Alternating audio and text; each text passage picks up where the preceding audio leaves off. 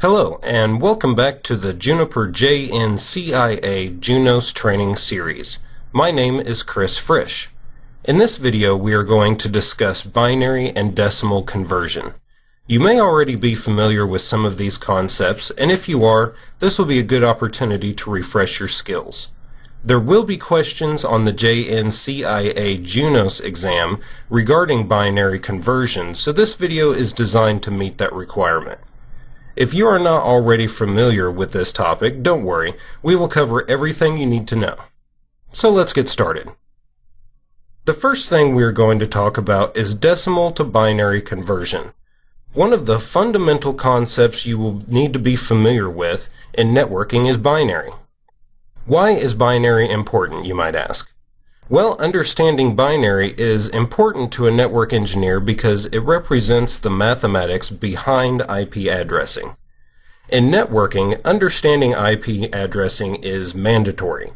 There is no way around it. You must understand IP addressing in order to be effective in managing, configuring, designing, and troubleshooting a network. Without understanding the relationship between binary and decimal, you will not fully understand IP addressing. And if you do not fully understand IP addressing, you can get lost in a network very quickly. Now, are you ever going to sit at your desk and work addresses into binary and binary numbers into addresses? Well, likely not, but that's not the point of learning it. The point is that IP addresses are decimal representations of binary addresses. In order to understand subnetting, you will have to first learn the binary math that lets you do it. And we will cover the subnetting part later on in this course. So let's dig in. So when you see a binary number, it is usually represented a byte at a time. Each byte consists of 8 bits. These 8 bits are written in a series of ones and zeros. The best way to explain this is by showing some examples, and we will walk through them. So let's draw out 8 spaces for our binary number here. Let's pick a decimal number we want to convert to binary, say 56. Now each position, or bit, is the binary byte represented by the number value. The bit values from right to left are 1, 2, 4, 8, 16, 32, 64, and 128. The bi in binary means 2. Binary is represented in factors of 2, making it a base 2 system. If you raise 2 to each of these powers, you get the numbers designated for each bit. If you add all of these numbers together, you get the number 255. This is the largest number a binary byte can represent. It is also the largest number you can have in an IP address byte. So let's convert the number 56 into binary. We will start from the left and work to the right. Now think of the zeros in your binary number as a way we are going to turn off a number, and the ones are a way we're going to turn on a number. So first we ask ourselves, can 128 fit inside our number 56?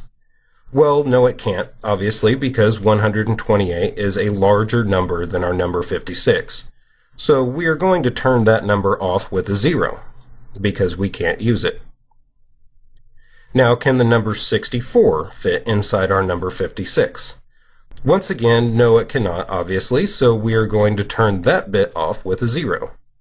Now, does the number 32 fit inside our number 56? Well, yes it does, so we are going to turn that bit on with a 1. Now take the number 32 and subtract it from our number 56. Now we have 24 left. So let's move on to 16. Does 16 fit inside 24, which is the number we have left from our original number 56? Well, yes it does.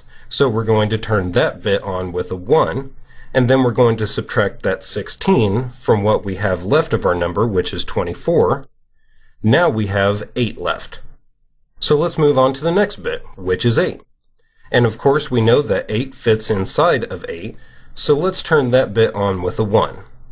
Now we subtract 8 from 8 and get 0. We have no numbers left.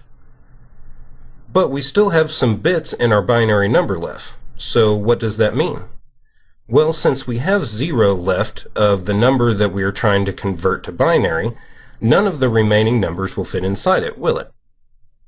This means we can go ahead and turn the rest of those bits off because we have turned enough bits on in our binary byte to represent the number 56.